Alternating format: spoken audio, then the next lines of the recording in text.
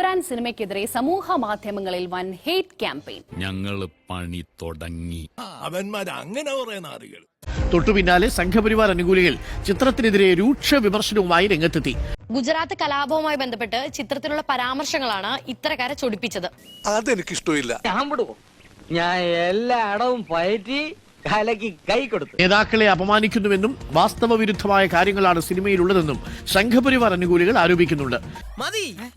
ഇത് ധാരാളം മതി. ലൂസിഫറിൽ ഉണ്ടായിരുന്ന പൊളിറ്റിക്സ് എന്താണെന്നും എമ്പുരാൻ വരുമ്പോ അതിൽ കാണിക്കാൻ പോകുന്ന പൊളിറ്റിക്സ് എന്താണെന്നുള്ളതും ഇതിന്റെ ട്രെയിലർ ഇറങ്ങിയ സമയത്ത് അതിൽ കൃത്യമായിട്ട് ഉണ്ടായിരുന്നു സാർ.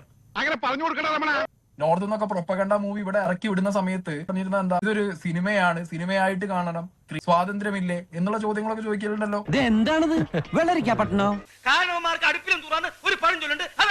ഈ നാട് നന്നാവില്ല, ഒരു കാലത്ത് നന്നാവില്ല.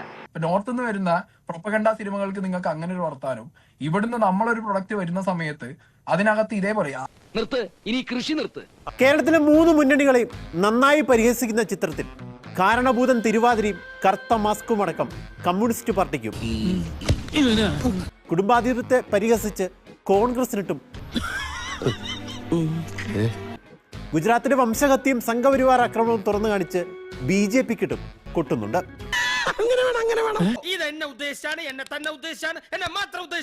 ഇതോടെ റിലീസിന് പിന്നാലെ മോഹൻലാലിനും പൃഥ്വിരാജിനുമെതിരെ കടുത്ത സൈബർ ആക്രമണം തുടങ്ങി. നിനക്ക് എന്തോ ഒരു അപ്പവും കടലക്കറി മേടിച്ചാ കണ്ടില്ലേ, നമ്മൾ സന്മനസ് കൊണ്ട് ചെയ്യുന്നതൊന്ന്, അവർ ധരിക്കുന്നത് മറ്റൊന്ന്. സംഘപരിവാർ അനുകൂലികളെന്ന് അവകാശപ്പെടുന്നവർ സിനിമയിലെ താരങ്ങളുടെ സമൂഹ മാധ്യമ പോസ്റ്റുകൾക്ക് താഴെ അസഭ്യവർഷവും അധിക്ഷേപ പരാമർശങ്ങളും നടത്തുന്നുണ്ട്. യൂട്യൂബ് ബ്രൂട്ടസ്, നീ എന്നെ തള്ളി പറയാണല്ലേ. മോഹൻലാലിന്റെ കേണൽ പദവി തിരിച്ചെടുക്കാൻ രാഷ്ട്രപതിക്ക് നിവേദനം നൽകണം. മോഹൻലാൽ രാമക്ഷേത്രവും കുംഭമേളയും സന്ദർശിക്കാത്തത് ആരെ സുഖിപ്പിക്കാനാണ് തുടങ്ങിയ ചോദ്യങ്ങളും ഇവർ ഉയർത്തിക്കാട്ടുന്നുണ്ട്. ഞങ്ങളോടത് വേണ്ടായിരുന്നു മല്ലയ്യ, വേണ്ടായിരുന്നു.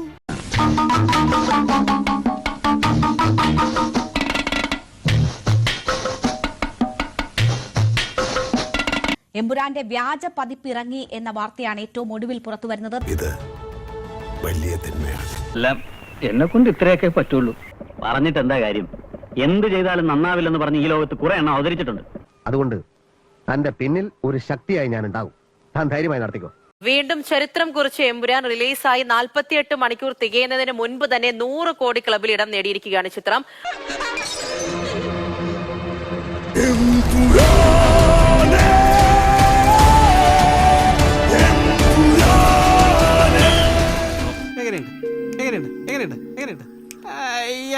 മോഹൻലാൽ തന്നെയാണ് ഈ ചരിത്ര നേട്ടം അറിയിച്ചിരിക്കുന്നത്. 48 മണിക്കൂറിനുള്ളിൽ 100 കോടി ക്ലബിൽ ഇടം നേടി എന്നാണ് ഇപ്പോൾ റിപ്പോർട്ടുകൾ.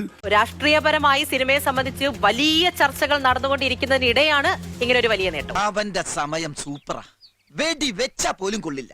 അല്ലെങ്കിൽ ഇത്രയും നമ്മൾ പണിപ്പെട്ടിട്ടും ഒന്നും അവിടെ ഏറ്റില്ലല്ലോ.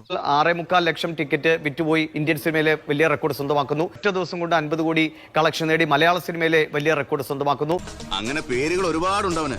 ഇന്ന് വന്ന മറ്റൊരു റെക്കോർഡ്, ന്യൂസിലൻഡിൽ ഒരു ഇന്ത്യൻ സിനിമയ്ക്ക് കിട്ടുന്ന ഏറ്റവും വലിയ ഓപ്പണിംഗ് കിട്ടിയ ചിത്രവും എമ്പുരാനാണ്. നിന്നെ പോലുള്ള വിവരദോഷികളും അല്പന്മാരുമാണ് മലയാള സിനിമയുടെ യഥാർത്ഥ പ്രതിസന്ധി. ഒട്ടനേകം പേരുടെ ചോരയിലും കണ്ണീരിലും വിയർപ്പിലും കെട്ടിപ്പടുത്തതാണടാ സിനിമ. അത് നശിപ്പിക്കാൻ നോക്കിയാൽ സമ്മതിക്കില്ല. വരും ദിവസങ്ങളിലും ഈ പോരാട്ടം കടുക്കുമെന്ന് ഉറപ്പാണ്. അപ്പൊ എങ്ങനെയാ, ഇവിടെയൊക്കെ തന്നെ കാണുമല്ലോ അല്ലേ? ഞങ്ങൾ പോട്ടെ.